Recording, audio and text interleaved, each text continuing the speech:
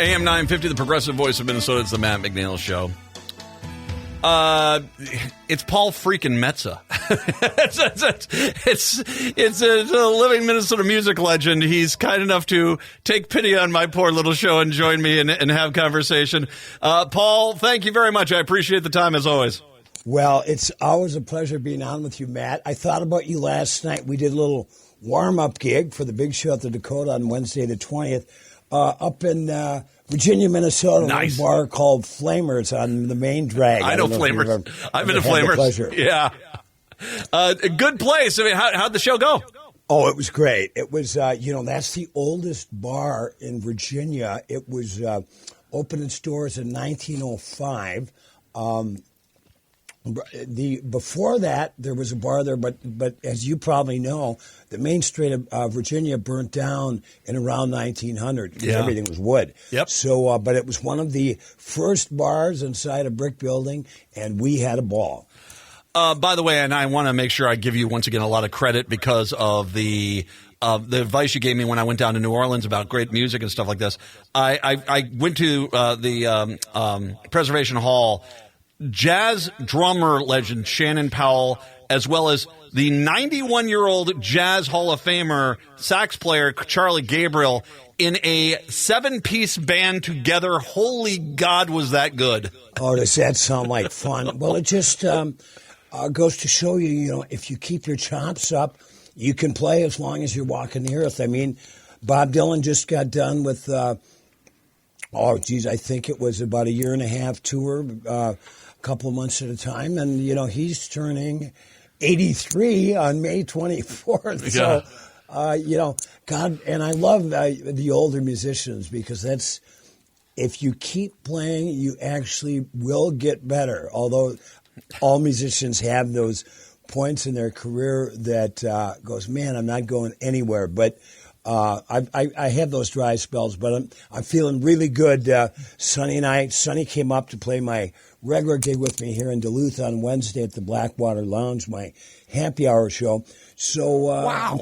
I'm coming down on Monday, and we're going to do a couple more rehearsals. And back when we were playing every week, we started playing 25 years ago. I got a call out of the blue from Sonny.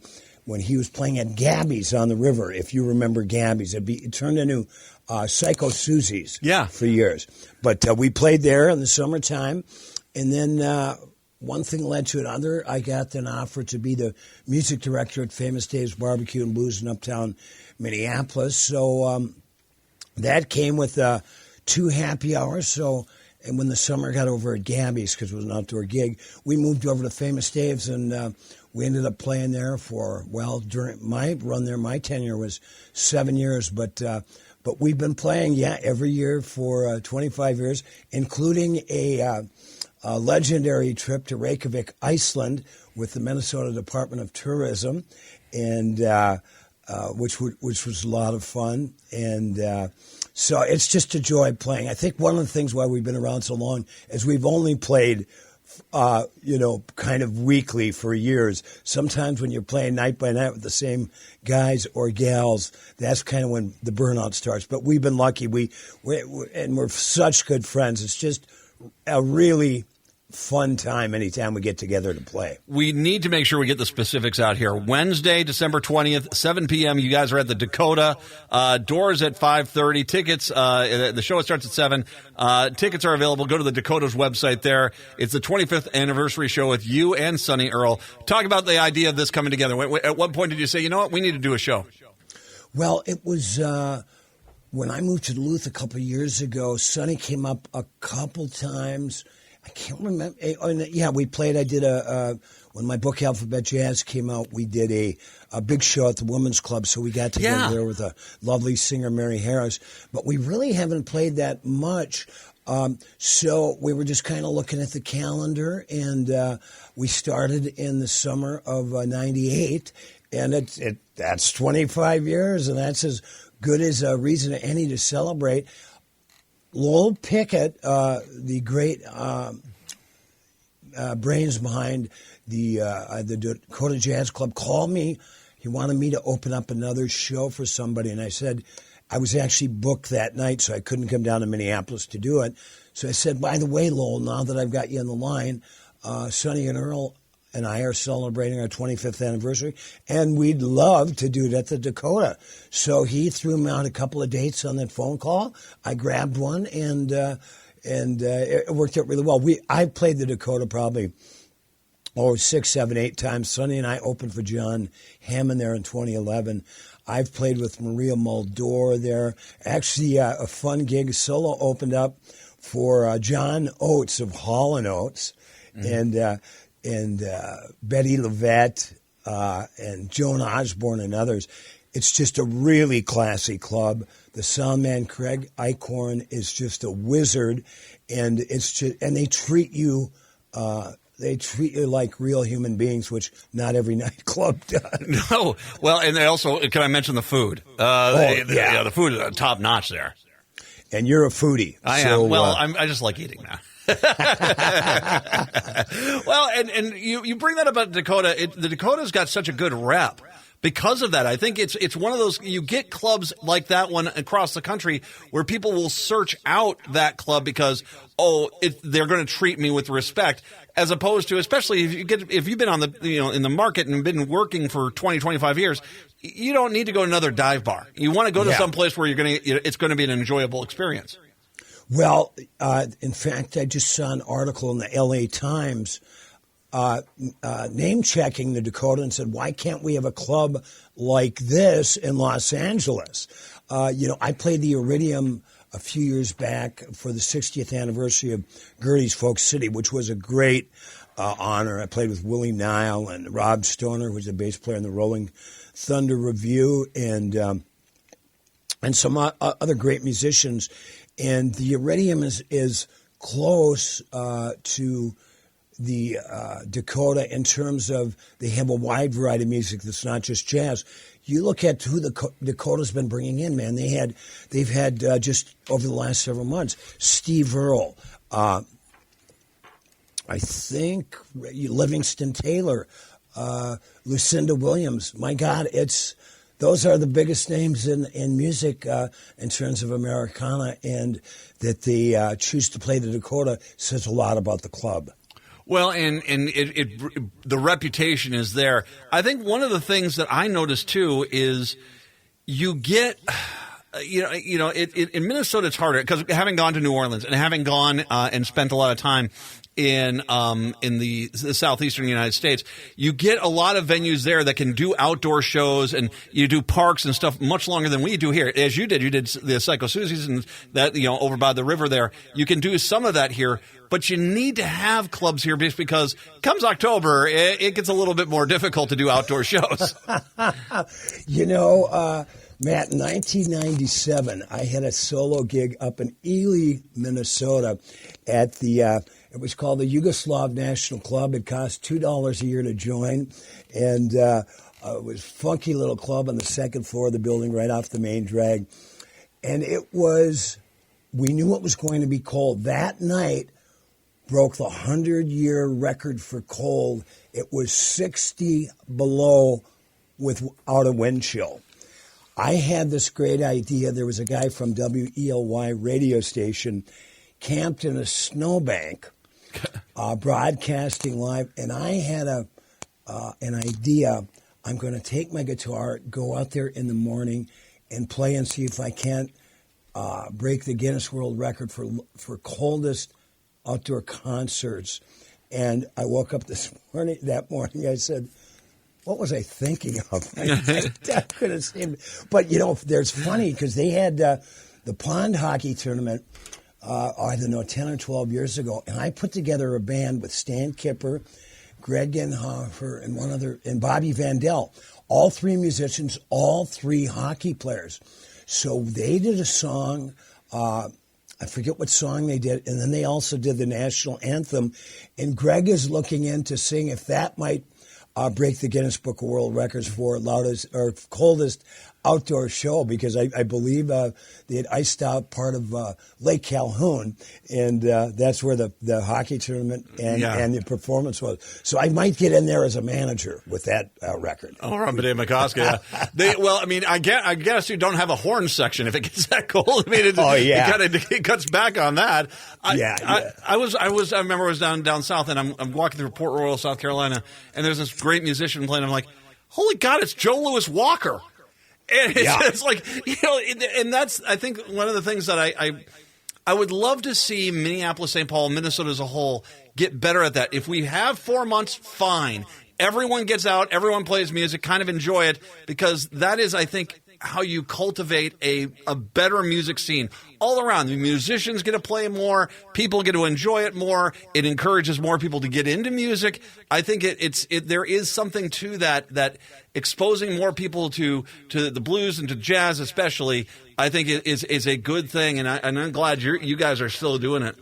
Well, I've had an idea for years, and some architect out there grabbed this idea and run with it.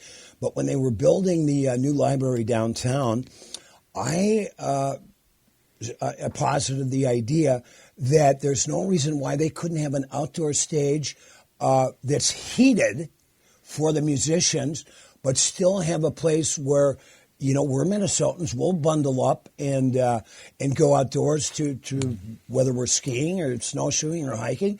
There's no reason they couldn't have a heated stage and kind of like an amphitheater to keep the musicians warm and have outdoor concerts all year long. I'd love it. How about Nicollet Island, man? Right in the downtown. Talk about photo ready. Musicians out there playing in the heart of downtown Minneapolis, right on the river.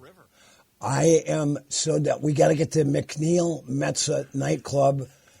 12 months out of the year, live music outside. Let's do that, Matt. I'm down. We're going to have pasties are going to be on the menu. You know that. Maybe just pasties. Yeah, it wouldn't be the worst idea. I've as a person who has been in the music industry as long as you have, and you've seen it in very different stages as where it's at. It does. I feel as if Minneapolis's music scene, Minnesota's music scene, is just as strong as ever. It might not have as many, a real beacon like a Prince right now, and Dylan is off kind of doing his own thing. But as far as a local musician, the replacements there's no one like that necessarily. But it's thick and deep, and gosh, there's just a ton of great music in this town right now. Well, I'm a big fan of Dessa. Yes. Writer, rapper. And I'm in love with her, by the way. I am totally in love with Tessa. I think she's brilliant. Oh, it's absolutely drop dead gorgeous as well. She was up. She played the West Theater in the West End of Duluth last month. She has a book out, a book of poetry called Tits on the Moon. And she's I follow her on Twitter. She's a great, I told her next book should just be her tweets, call it Tweets on the Moon. But, yeah, she is, she's phenomenal. Yes. And Lizzo's great. And then, you have, the Jayhawks still get together. Soul Asylum is out there. I missed the John Lennon tribute with the world's greatest rock and roll singer, Curtis A. I don't think there's the number of clubs there were. Back when I started playing in the early to mid-'80s, I'd take Sunday night. Well, I picked up a gig on Sunday nights. So many times I'd be playing solo on Sunday and Monday, duo on Tuesday, played with Cats and the Stars on Tuesdays for 4 years at the 400, and then I moved it up. I had a 5-piece band at the Five Corners, also on the West Bank. And then on the weekend, I would be playing the Union and the Caboose. So there was a time, if you were versatile enough to play in several different formats and situations, you could play, I think, my biggest year was 327 gigs. Wow. Well, I mean, Cedar Riverside used to have so many more clubs over there, and Washington used to have more clubs over on Washington. And, there used to be these little holes in the wall, Dinkytown and Stadium Village, that used to, you could go down there and play constantly. And, that's one of the problems with a city that's gaining popularity. The land becomes, as developers will say, it's too valuable for what's on it at that point. And so you kind of lose a lot of that. But there are still a lot of venues It would be good. I think we need to do this. We need to get better with the, kind of promoting the local music. By the way, I'm going to give you another band. You want the millennials, Generation Z? Go get Dury, the brother sister duo out of Burnsville. They're phenomenal. I've heard of them. They're phenomenal. Yeah, there's a lot of nice, good up and comers out there. What you're talking about. Rents rising and everything. Yeah. That same damn thing happened down in Austin, Texas. And I played down in Austin, close to a dozen times over the years. But all those, back in the 70s and 80s, a 4-piece band could rent a house in South Austin for $300 or $400, and they, could play 2 or 3 gigs a month to pay the rent, and then enjoy the rest of all the Austin nightlife and other gigs to play. But now, once Dell Computers went in there, it's impossible to be able to afford rent, and so they're, so those musicians that were able to live by on, what a lot of musicians do when they're getting started. You live on next to nothing. Yeah. You live to play, and in my case, and in the case of the Dakota, I've been. One of the reasons why I never learned how to cook is I played in so many nightclubs that had food. I never really learned how to do anything other than spaghetti and hamburgers. But yeah, I'm all for it. One bar that reopened after the pandemic that's starting to have music at least 4 nights a week now, Shaw's Bar, where I played with Sonny Earl and Willie Walker for 10 years every Thursday night for happy hour. Mm-hmm. And so that is always, and if people want a good, funky, down-home bar with really good bar food, I suggest Shaw's over there on 17th and University. It's just a wonderful club. But yeah, the more music clubs, the better. More work for musicians, the better.